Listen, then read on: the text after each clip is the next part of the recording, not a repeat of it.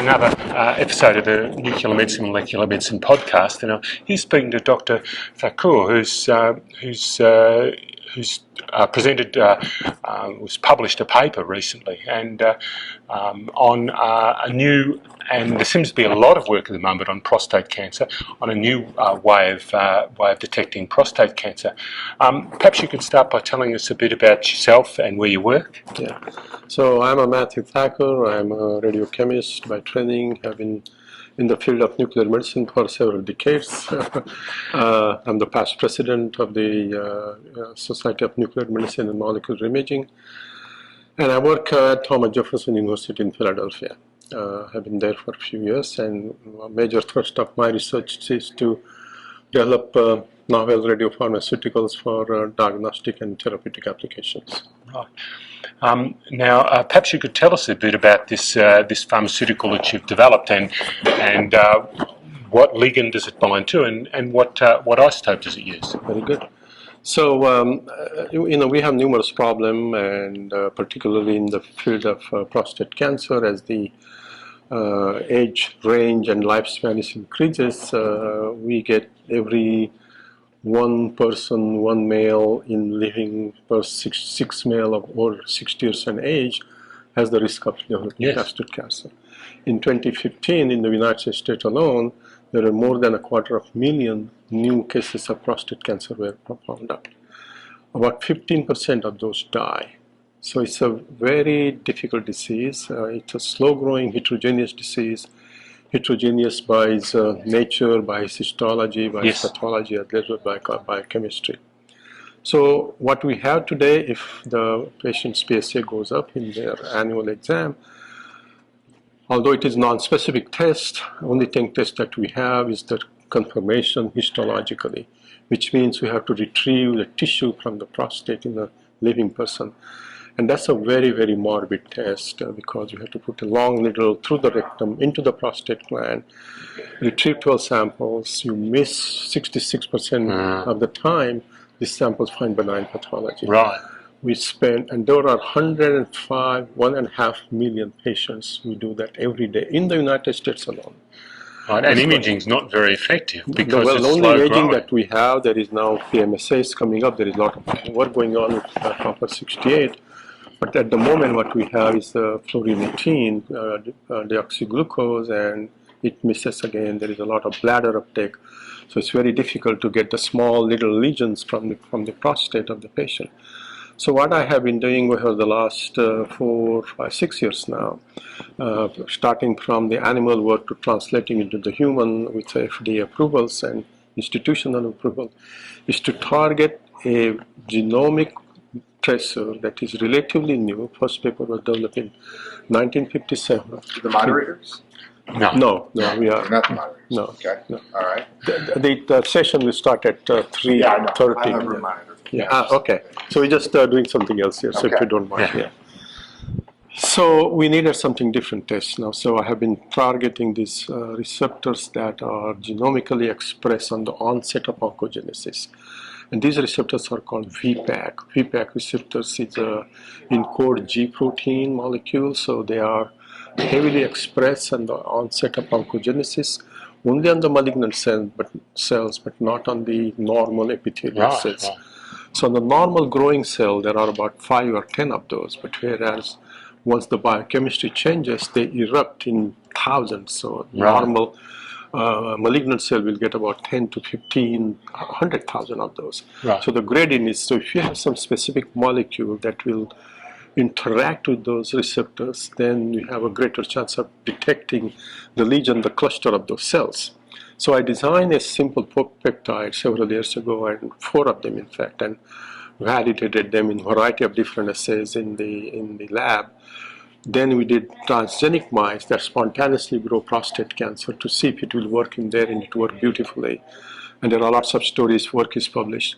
So now what I'm doing in now, I think as of last month, 33 patients with prostate cancer. So we injected about small amount, 4 millicuries of copper 64, and the peptide is named as TP3805. Right.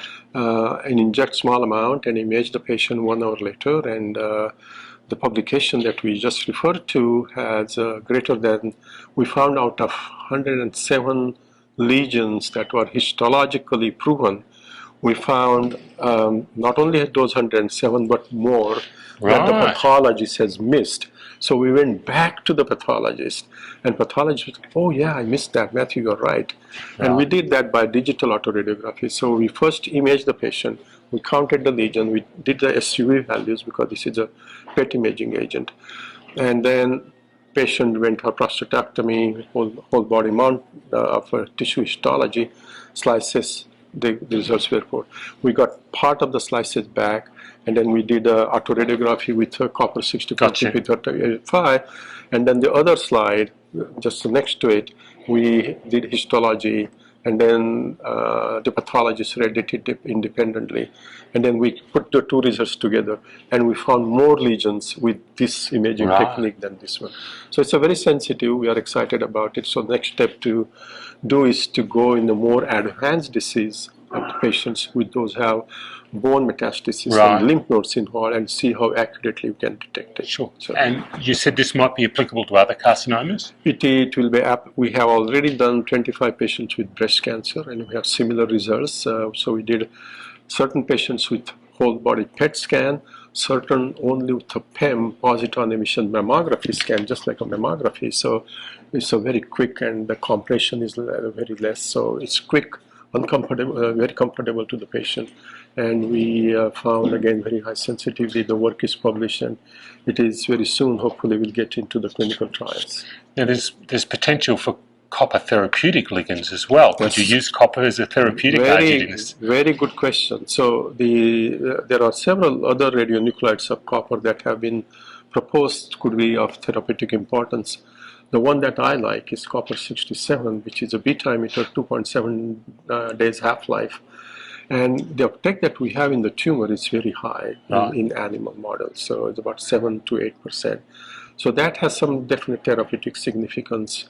At the moment, we don't have a continuous, reliable supply of copper 67, but one day it will be, and that will be my next steps. But that's not a good question. Excellent. Yeah. So this was published in Oncology? The breast cancer paper is published in 2014 in Journal of Nuclear Medicine. Right. And then the prostate cancer paper is published in Neurology just a couple of months ago. Excellent. So that's how people can find out about this. Yes. Excellent. Well, thank you very much. This is and I very just important. have a small grant now to do the bladder cancer, same agent. The bladder cancer is another notorious way to treat it. Very There's difficult. nothing that we have at the moment. Right. And then they do cystoscopy, then they miss the white light, so they miss the lesions. They treat the patient for 1 month, and then they do the radical cystectomy. That means if you have a male, you not only take the bladder, but also, but prostate as well. If you are a female, then not only bladder, but cystectomy and all that. So it's very, very radical cystectomy. And I'm hoping that I will minimize those number of unnecessary things. Right, because we'll be able to identify whether there's really metastasis or not, and potentially perhaps to therapy in a very difficult people to therapy. Yeah, so that's this is wonderful. Yeah, you were saying about how this could be used for prostate biopsy. Right. So because we have, the only other way today, once the patient is up to find out that there is a prostate or benign prostatic hyperplasia, is to do biopsy. Biopsies are very morbid. We miss them 66% of the time statistically, the lesions. So if we have a patient that is suspicious of with prostate malignancy, we can give this agent, inject it intravenously for 4 minutes, image the patient in 1 hour, and we can minimize, if not eliminate, most of the unnecessary biopsies. And that's a great advantage, both to the patient, to the economy, to the health insurance company. We spend millions and millions of dollars for unnecessary biopsies, and that's where... Right, and the biopsies for prostate can cause problems with sexual dysfunction. They can cause problems with that. Not only that, but infection. One of my friends was hospitalized for 1 month, not because of his primary disease, but just to combat his infection. Yeah. You know, in the United States, the mother gives the birth to the child, and she has to be out in 24 hours. Yeah. This guy was hospitalized for 1 hour, 1 month, almost died because of infection.